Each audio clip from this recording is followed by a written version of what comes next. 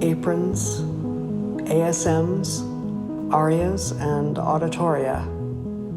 The quick brain, the decisive turn of the mind, the patterns of wallpaper and the fall of the fabric, the time and the meaning, light and the absence of. The artist must help the viewer let loose the constricted imagination and migrate to fresh worlds that only expert storytelling can reveal.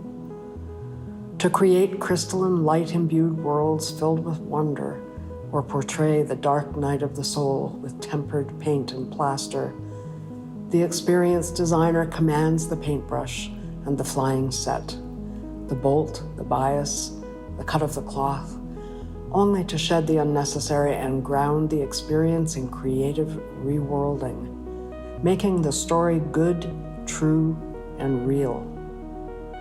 Virtuosic designers transport us with awe to the indrawn breath, a tear on the cheek, and sometimes a heart that's rent wide. The masters of great design push us forward through their skills and their joyful capabilities. The risk taker will find perhaps startling ways to move the audience to step out into the extraordinary with the playwright, or to the deep self, where nothing that is not happening on stage is happening at all. The directed sweet kiss, the crescendo, the final act and the curtain calls, the eyes on the prize. We honor these beautifully skilled artists, the designers of place and space, the creators of these wondrous myriad scenarios through which we are given the gifts of understanding, of love, of deep feelings and appreciation for life's complexities. Shapeshifters of consciousness. Without our theatrical artisans, life would indeed be as a scrim with no light, the dark house and the empty seat. Tanti. Hello and welcome to the 2021 Siminovitch Prize. Bonsoir et bienvenue au Prix Siminovitch 2021. The four mid-career artists you will learn more about tonight embody the concept of experimentation and the spirit of invention, which are fused together in the Saminovich Prize. Their nomination represents the highest level of peer recognition in the profession. And tonight, we stop and recognize their achievements with the highest honor this country can bestow. My name is Jimmy Blais. I'm an actor, director, playwright, and I was recently appointed as artistic director of Geordie Theatre on Junjoge, Montreal. Je serai votre maître de cérémonie pour la soirée, et j'ai l'honneur de me joindre à vous depuis la salle Louget d'Auvergne du Monument National de l'École Nationale de Théâtre. The past year has been challenging for theaters and artists. There are certainly lots of good things happening. There have been opportunities for expanded reach, and theater artists predisposed to using digital tools have had greater opportunity than ever before. The last year has also given organizations an opportunity to further investigate their positioning around equity and access to theater. Some institutions are now attempting to make up for a long history of social imbalance. A tough task, but one that is necessary to work towards real change. Tout s'est arrêté, brusquement. Aujourd'hui, c'est avec prudence que nous nous retrouvons dans le même espace. But this is what we do. Theater is about physical presence.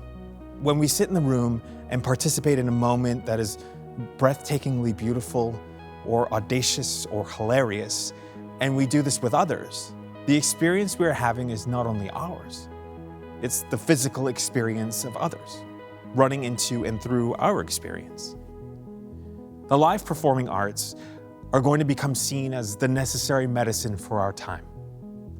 And the importance of an award like this in communicating the value of culture to the country cannot be overstated. Ce soir, nous célébrons les concepteurs et les conceptrices.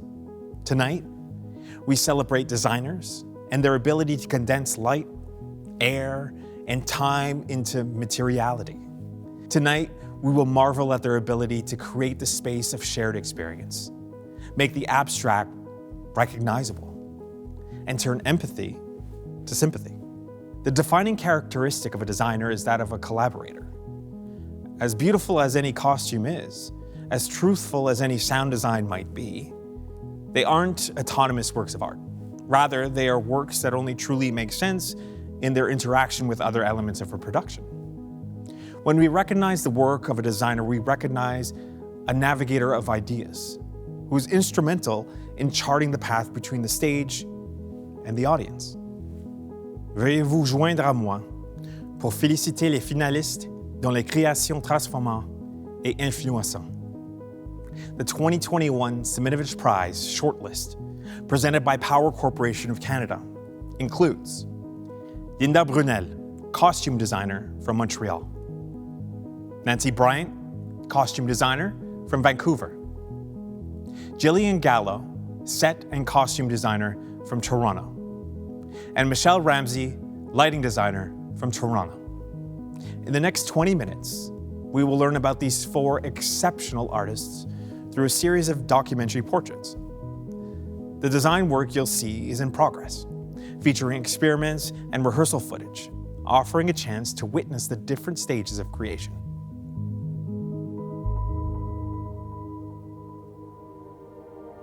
Nancy Bryant.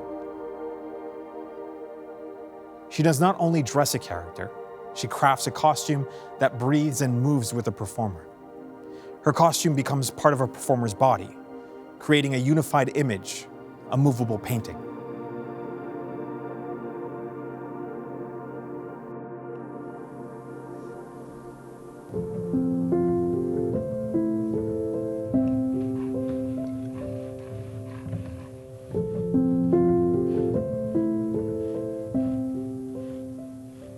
Every show is a different world. Every show brings me to a different place.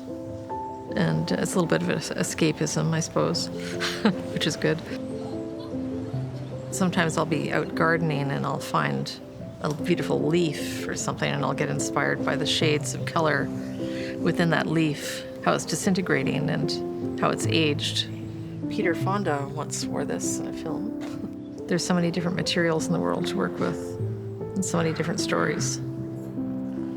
Nancy has an amazing eye for detail, from the fabric choices to the undergarments to the color schemes. She's meticulous about the way it looks to the audience, but she's also meticulous about the way that it feels to the actor. She's so generous with her teaching as well.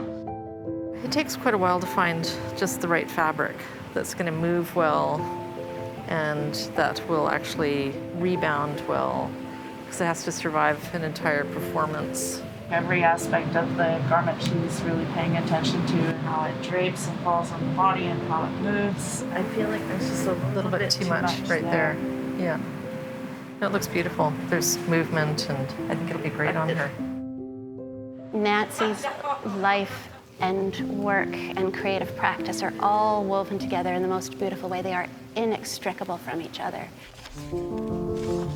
I love to kind of dive into the story and get to the center of it and get all the visual material I can possibly find. I'll put together these sheets that have ideas just to sort of get some visuals going. And then at some point, the images aren't quite enough and I have to start drawing. During the time that I'm drawing, I'm thinking about the mechanics of it and thinking about the types of materials that might actually work and thinking about how the performer will actually be able to move and breathe and do what's necessary.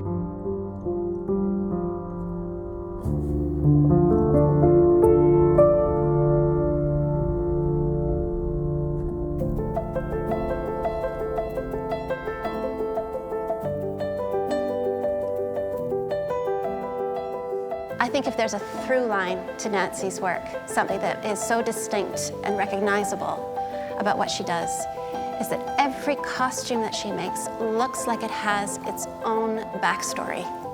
It looks like it's been worn. It looks like it's been through whatever the character has been through. She has found a way to take all of the classicism and all of the established ideas that she's learned and put them into the most contemporary vision. She really appreciates everyone and the work they've put in. Like, even if you're an understudy or you're just a stitcher, she believes everyone is important. With every person working in the shop, the more they know about the characters or the environment or the world that we're creating together, the better it is for the project. And in the end, you'll get a team of people creating one thing, one world, and they'll understand it, and they'll be with you, and they'll work through it with you till the end. A good artist is somebody who goes to the center of things and finds the truth about them and then explodes them into something you didn't expect.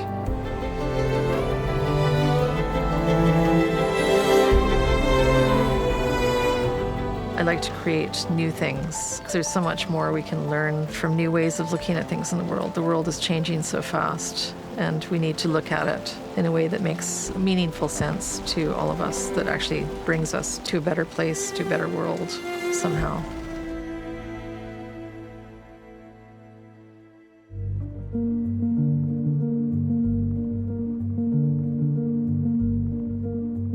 Linda Brunel. Sa sensibilité et la profondeur de sa réflexion font jaillir de son travail une rare beauté et une grande intensité émotive. Cette virtuose des matières, de textures, des lignes et des couleurs comprend le corps des acteurs et les utilise comme une trampoline de création.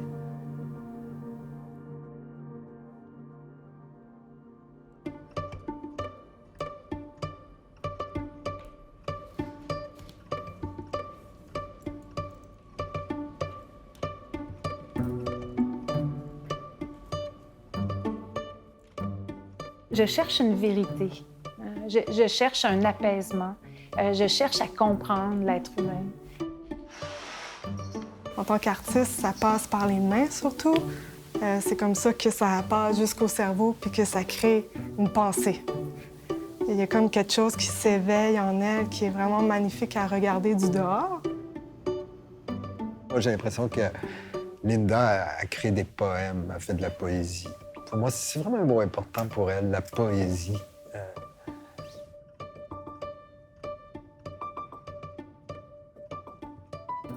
C'est un travail qui est sans relâche, c'est un travail qui est hyper engagé, c'est un travail qui est très personnel parce que très connecté à ses intuitions, à son instinct, mais aussi à tous ses savoir-faire, à toutes ses compétences aussi.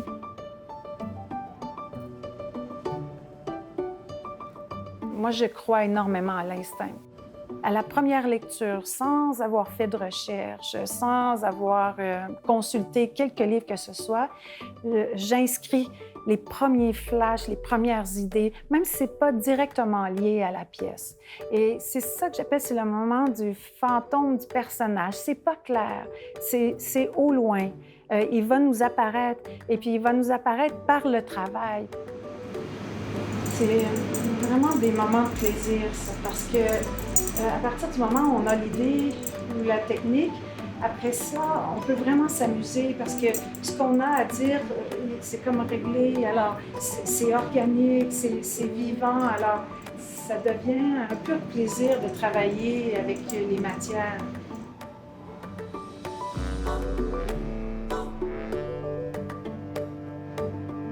Linda est toujours dans la recherche de la matière, de la forme, du corps, de l'humain. C'est quelqu'un qui fouille, qui creuse. C'est une grande travaillante. C'est quelqu'un qui travaille énormément. Tu sais, il est complètement voué à son art. C'est lié au poétique, au sensible puis au mystérieux. Alors, j'aime que dans les matériaux que j'utilise, il y ait comme des secrets cachés. Elle réussit à amener des matières inusitées pour essayer de créer des nouveaux récits sur nos rapports complexes aux problématiques d'aujourd'hui. C'est l'addition de toutes les matières que Linda a choisies qui crée, je crois, cette tension-là entre la jeunesse, la maturité, l'ancien, le nouveau, l'amour, mais aussi la haine. Les costumes que crée Linda permettent, en fait, une espèce de transcendance, finalement. Ça bouge, tu sais, c'est quelque chose qui n'est pas inerte ou mort, qui n'appartient pas au domaine de la publicité. Le vivant est comme présent dans la matière, tu sais.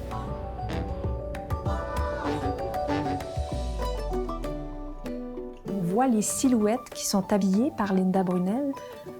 On a accès à une humanité inouïe.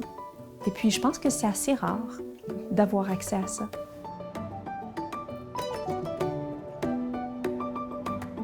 Les textures, les reliefs, la couleur, chaque individu est important. Chaque individu se comporte d'une certaine façon, d'avoir de l'empathie, de l'ouverture sur le monde. Et ce que je trouve extraordinaire dans ce métier, c'est cette chose-là.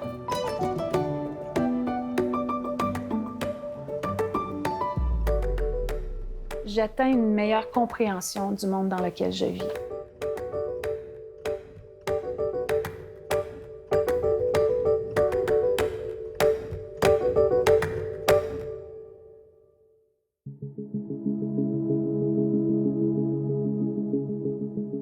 Jillian Gallo. She has established herself with design that is bold, incisive, related to the play, and uniquely beautiful. Her conception of space, composition, and construction is superlative, and her deep understanding of history and period, modernity, and aesthetic is both rigorous and informed.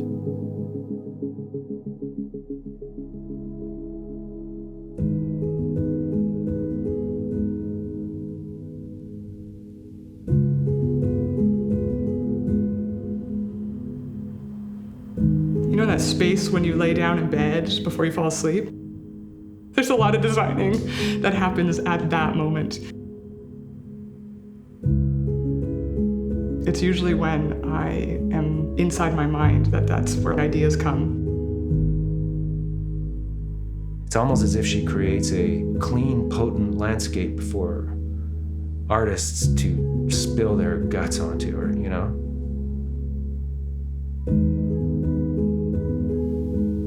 She makes choices that are non-conventional but relatable to the story and the characters themselves. Often, my first question is what the feeling is that we want, the feeling that the audience is supposed to have, not the literal, but the emotional quality of the space.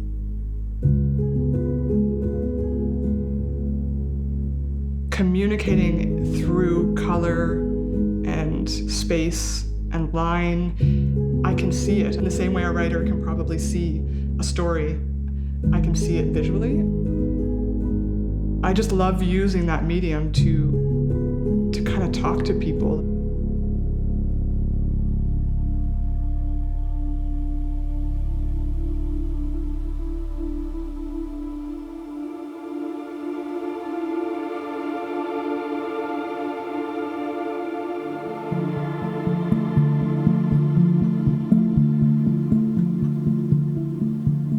And I love working on pieces that are deeply challenging content, because you can actually change someone's perspective or their mind about something through a visual journey. The set is a part of the choreography. It's another person, or it's another part of the show. It's like an emotional engine. Motor, yes, yeah. The engine of the characters. Because it's undeniable, like it physically affects me. Design is a choreographic element to the piece. You are dictating how someone enters a room, how someone walks around a space. Early on in my career, I felt the need to serve only the script or serve only the director's vision, like to kind of disappear. And then as I grew as a designer, I learned the importance of my artistic contribution and a boldness, and I'm not terribly shy when I design. Jillian is able to create spaces where audiences can be immersed in them completely. They're powerful. They're very powerful.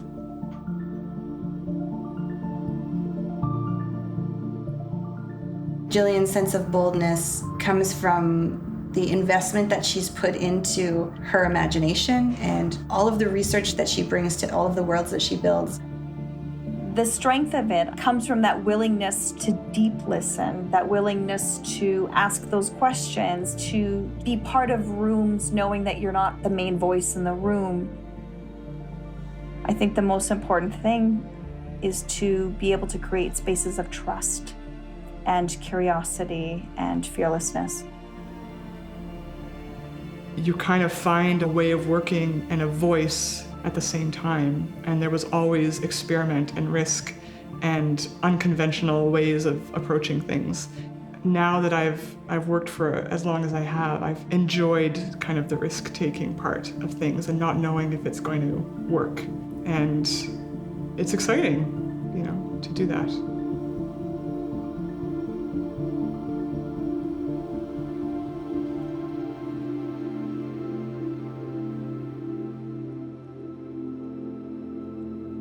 Michelle Ramsay.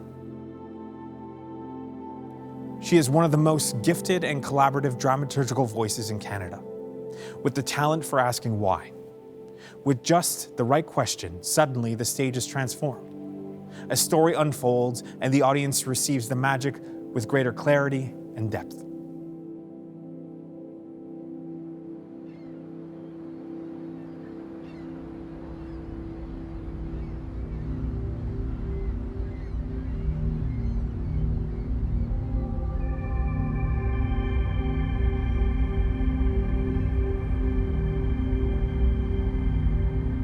I'm very inspired by the natural world, and it definitely informs my design practice. I'm a bit of a dork, so I try and match gel colors to sunsets or sunrises, whatever. It's a little silly, but I do it. Talking about light is extremely difficult. A lot of it, for me, is movement, and a lot of that, for me, comes from music and from what a sound designer is doing, or from the rhythm of an actor's feet on the stage, or like the patter of their voice, or any of that could influence what I'm doing. I get most of it from actual interactions with collaborators or performers. We begin with a sermon, like the church music, and trying to put Natasha in the most badass pose ever. The windows were covered, and then we put some LEDs inside, and then there was another set of something kind of diffusing the LEDs, and then the curtains in front. So it really looks like lit windows, right? Yeah. Until later. It's not literal.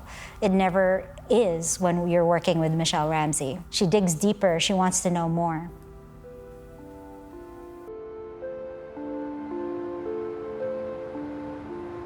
I have worked with a lot of different designers, and I have never had that level of connection that I have with her. She's a real change maker. Keep it open, stay in it. If you really want to do it, it will happen, it will come. You have to work so hard. I've never met another woman of color who's a lighting designer. Because there are so few. There are so few for all these systemic reasons, like for all these barriers. Because she's a great listener and she does not take up space, you know, she will always put the BIPOC artists such as myself front and center and there to support. We are in a time of long overdue change in theater, and we need to ensure that design is part of that change. So what are some ways that we can support our performers with our design? Listening to them, getting their input.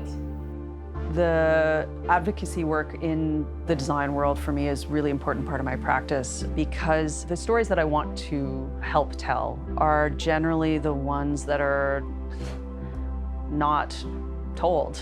They're not heard, they're underrepresented. Generally, the stuff I like to work on is not mainstream.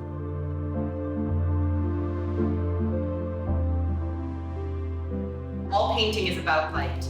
The obsession with light is at once religious, visual, and erotic. Kahinde Wiley. If this is a contemporary piece, then maybe having like a giant ring light or something. Like, exactly. I think of Michelle as a pragmatist who makes poetic spaces. She's someone who's quietly been on a very clear path in her thinking and in what she gives her energy to. She's asking that question now. What can I do with the kind of power that I have to further the biggest story, the most important story that's happening in our landscape right now? What can I do to empower young, emerging BIPOC designers onto the scene so that my success can also be their success? There's a large group of people that are not represented in the design community, and it's so important to find them and to support them and to just be there and be an ally, really.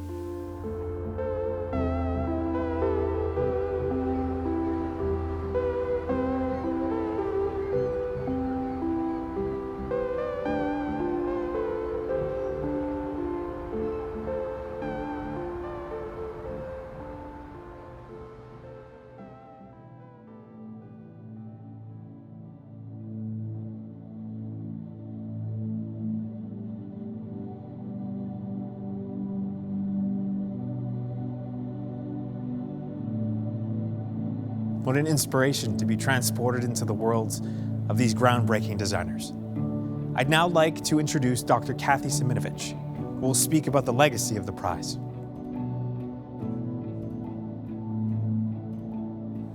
This is a bittersweet moment for me, as over its 21-year lifetime, the Saminovich Prize has never been awarded without my father, Lou, joining in on the celebration. On these occasions, it was not uncommon for people to make the colossal faux pas of telling him, "Lou, you look great." Within a millisecond, he shot back with, "That's just phenotype. Don't you know it's genotype that really matters?" By genotype, he was not referring simply to the DNA sequence, but rather to the full gamut of who one is on the inside. So tonight, I want to speak about genotype, the inside of what will always define the Saminovich Prize and the lives it touches, grows, and sustains. The Saminovich Prize was created in honor of my parents, and to consider its genotype, I need to share some of their story. Following a chance meeting with a biologist from Paris, just after the war ended in 1945, my father and my mother left for France so my dad could get a taste of biology at the Pasteur Institute. There, my father was part of the human epicenter driving the dawn of molecular biology and the future of biologic science.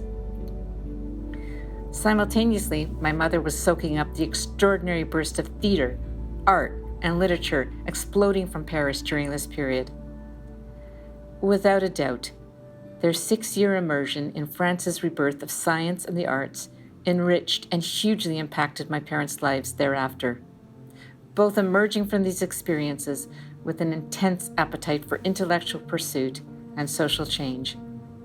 Instead of the obvious choice, a science-centric award, the individuals and institutions who created the Saminovich Prize brilliantly recognized that my father would be more meaningfully honored by an award that not only honors my mother's work as a playwright, but also the vital place that theater provides for thinking and discovery.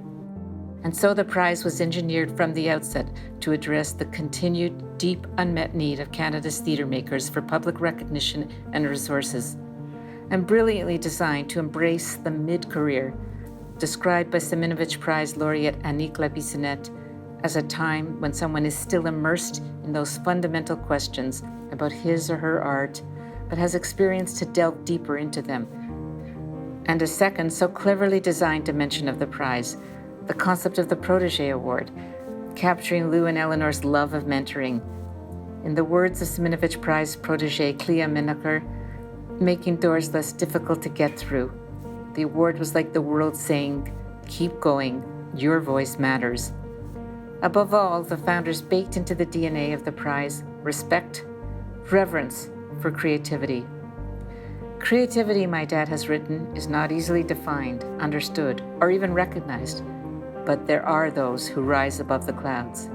It is the intangible, the discoveries, the revealings, the constant questioning of so-called truths, illuminated on the stage, in the lab, anywhere. That is the genotype of the Saminovich Prize. It is Eleanor's voice radiating with joy as she described and imagined a new character she was creating, and Lou's voice vibrating with excitement as he spoke about unexpected new results and new ideas emerging from his or other laboratories.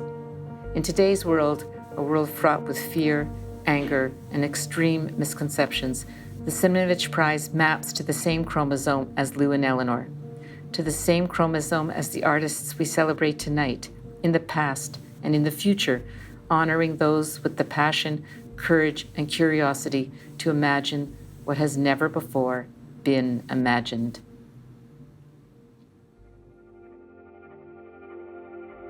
And now, the moment we've all been waiting for. I'd like to introduce the 2021 Siminovitch Prize Jury Chair, Vanessa Porteous, to announce the winner.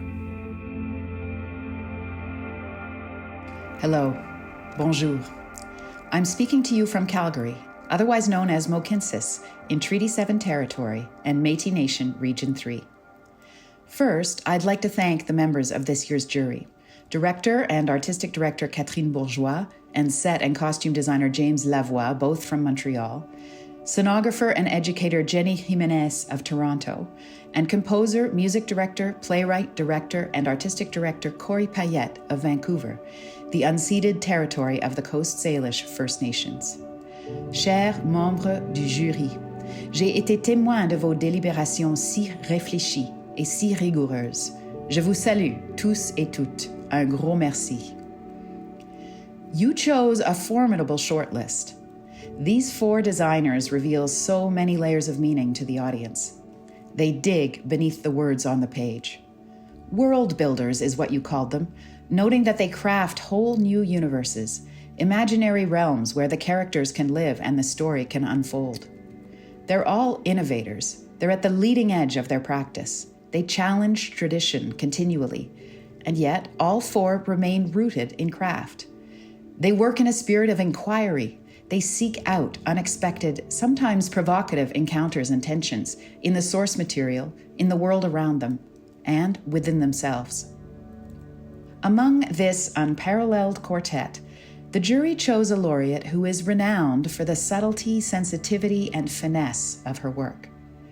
Her designs reveal hidden themes, paradoxes, and even contradictions. She taps into the deepest forces at play in the piece. She's an open-spirited, inspiring colleague to everyone on the team and a teacher and mentor to many emerging designers. Her communication skills with technicians and production teams were noted in her nomination. The jury remarked upon her history with complex intercultural projects, in which collaborators praised her respect, dedication, and care. One performer from such a project described donning their costume every night, a costume designed by the laureate, as a profound experience of putting on my character's skin. Friends, colleagues, and members of our community, amis, collègues, et membres de notre communauté, the laureate of this year's Siminovitch Prize in Design is Jillian Gallo. Congratulations, Jillian, and thank you for your beautiful work.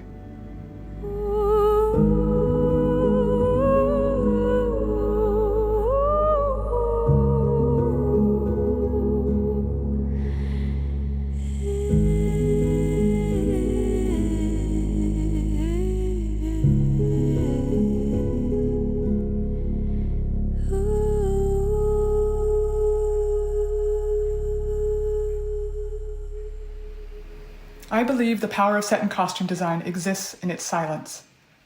They are the haunted, charged landscape on a stage, the skin of a character crawled into by an actor. Design is the visual narrative that reaches an audience's rational mind and irrational heart. The subliminal language capable of evoking intense emotion, even challenging our cultural biases. And as much as design should be daring, bold, and opinionated, so too must designers create with courage, curiosity, and a point of view. But what are the elements that make a great design, that propel an artistic journey, and enrich an artistic practice? Much like the ephemerality of theater, these answers can seem equally intangible. But as I consider the path which has led me to this moment, these answers have become blindingly clear. First, When I was a 25-year-old design assistant at Stratford, I mentioned to Miles Potter that I didn't get a design gig in Toronto because I was told I didn't have enough experience. He immediately asked me to design costumes for a main stage production he was directing at the Grand Theatre in London. As an emerging designer, Peter Hinton took a chance, hiring me to design the set and costumes for an adaptation of King Lear he was directing at the National Arts Centre. What Miles and Peter saw was my potential, and they gave me an opportunity that was beyond my experience. As a young designer, these votes of confidence were personally and artistically transformative. Generosity of spirit can change the life of a young artist. Yes, these relationships are essential in building the foundation of an artistic journey. Theater is created through collaboration, and the sacred trust we build together elicits discovery, experimentation, and risk. But the carpenters, scenic artists, prop masters, cutters, wig builders, and the myriad of specialized artists who bring a designer's ideas to reality are the uncelebrated, seldom recognized collaborators designers rely on. My designs would be nothing without their artistry and excellence. And most importantly, artistry is enriched by the love of those around us. My father, a banker, never questioned my choice to become an artist, though he may have been worried about my ability to make ends meet. He never doubted my ability to persevere. My mother took me to see theater as a child, sewed the first costumes I designed in high school, stayed up with me into the wee hours of the morning to make a dress out of Tyvek for a show I wasn't paid for. My life partner and vital collaborator, Christopher Morris, supports me during my long hours of work, listens to my crazy ramblings as I try to solve the puzzle of a new design. And my 7-year-old daughter, Eileen, who is full of awe and wonder, reminds me of the magic and joy of our world. Love is a blessing, and through love and support, artists are made. Artistic expression is deepened.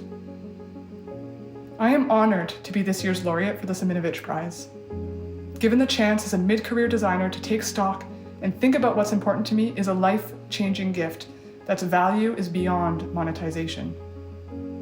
This prize is an investment in Canadian theatre, in an art that's ephemeral. I promise to live up to the spirit of this award, to always pursue the intangible, embrace the trajectory of an idea, to innovate. And I'm proud to stand side by side with the other finalists, Linda Brunell, Nancy Bryant, and Michelle Ramsay.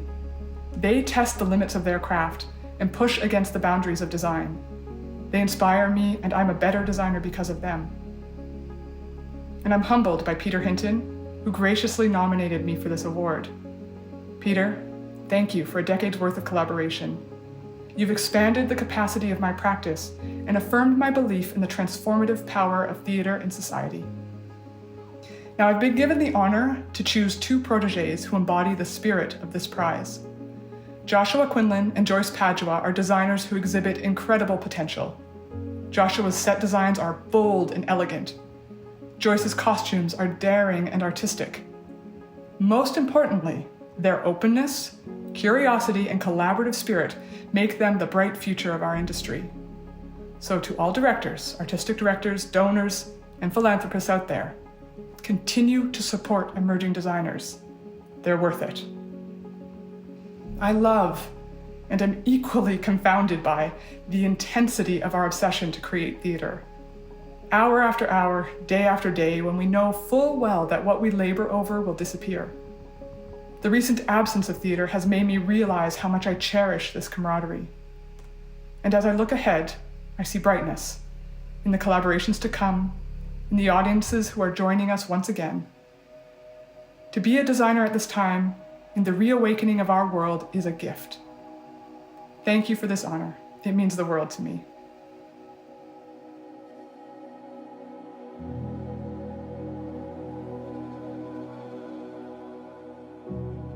Thank you. Merci beaucoup. Maraming salamat. There are so many ways I've learned to say thank you, and in this moment, I feel the need to express them all. I am overwhelmed and grateful and would be lying if I said I wasn't intimidated by this generous award. But that's a feeling that I often wrestle with. I relish in this joyful trepidation often in our line of work. A designer once told me when I shared this feeling that one of our many privileges in life is that we get to draw and redraw the lines of our maps. It's particularly true now when the world feels liminal, changeable, and emergent. The future of our industry is unknown and therefore plentiful. I fell in love with theater for its many forks in the road and avenues of exploration, taking you in unexpected directions. And Jillian's phone call was unexpected, but to her credit, she is a radiant guide down this path, a brilliant designer and generous mentor. I can't express my gratitude more than to say she's exactly the kind of person I strive to embody in my own practice. So thank you, Jillian. To Josh, who I have the delight of sharing this protege title with, thank you for your kindness and support, not only now, but in our course of knowing each other. Of all the talented artists I could have the pleasure to work with, I'm glad that my traveling companion along this journey is my friend. To the Siminovitch Prize Board of Directors and to the RBC Foundation, it is an honor to walk this road that you have paved. To my friends and family, thank you for your faith that I will find my way. To my past mentors and the many artists who took me under their wing, thank you for ensuring I never strayed so far off the beaten path that I might become lost. May the maps that we draw be guides for future travelers. May the splendors they see along the way be things we could never dream. Thank you.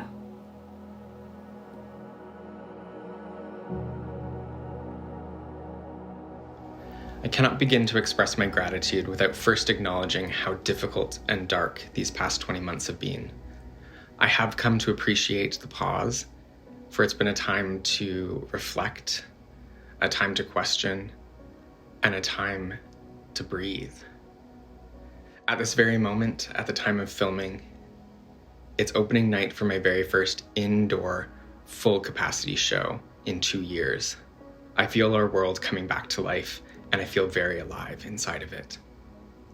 I'd like to thank the Siminovitch Prize Foundation and the RBC Foundation and their Emerging Artists Program. It means the world to me that there are people who are so dedicated to supporting artists and creators, for giving us a platform to be seen, a chance to learn. Your commitment makes our dreams possible. Thank you to my many mentors for sharing your incredible brains with me. I wouldn't be here without your guidance. To my family, thank you for your unwavering support and love. Miles, Ross, Alyssa, Grandma, and my mom, who's been with me through everything. And Jillian, thank you so much for this opportunity, and my sincerest congratulations for your incredible achievement. I still remember my very first encounter with your work, a set of costume renderings for the physicists. The characters jumped off the page, and they're still with me today. I am in awe of your precision and your creativity, from the page to the stage, from the micro to the macro. The worlds you create are absolutely breathtaking. Thank you for your trust. Thank you for believing in me. It means more than any of my words will ever be able to express. And Joyce, I am so grateful and humbled to be in this moment with you, looking forward. Here's to the future. Thank you. Félicitations. Congratulations, Jillian, Joyce, and Joshua. In addition to the $100,000 and the award, the laureate and proteges are also being given the opportunity to come together and share ideas during a week-long artist residency at the Banff Centre for Arts and Creativity, thanks to a new partnership between the Siminovitch Prize, the National Arts Centre, and the Banff Centre. De nouveau, félicitations aux finalistes et à ceux et celles qui les ont mis en nomination pour le prix cette année. Nous sommes reconnaissants pour votre travail, époustouflés par votre talent, et nous avons hâte à vos prochaines réalisations. At one of the Saminovich forums this year, the great playwright, director, thinker, and leader, Yvette Nolan, was asked about what she missed most about theater. She said, breath. In that single word, Yvette captured the essence of what makes the theater precious, sublime, and powerfully intimate. Now we are slowly making our way back to being able to breathe together in a theater, being able to gasp, laugh, and cry together. When we get back, the Saminovich Prize will also be there to honor and amplify the accomplishments of so many exceptional theater makers who, in the true spirit of Lou and Eleanor Saminovich, continue to astonish us. This year's Saminovich Prize is made possible thanks to the RBC Foundation, Power Corporation of Canada, Diane Blake and Stephen Smith, Blake's lawyers, and more than 100 other donors who believe in supporting excellence and innovation in Canadian theatre. And thank you for tuning in to celebrate great Canadian theatre artists. Bonsoir. Good night.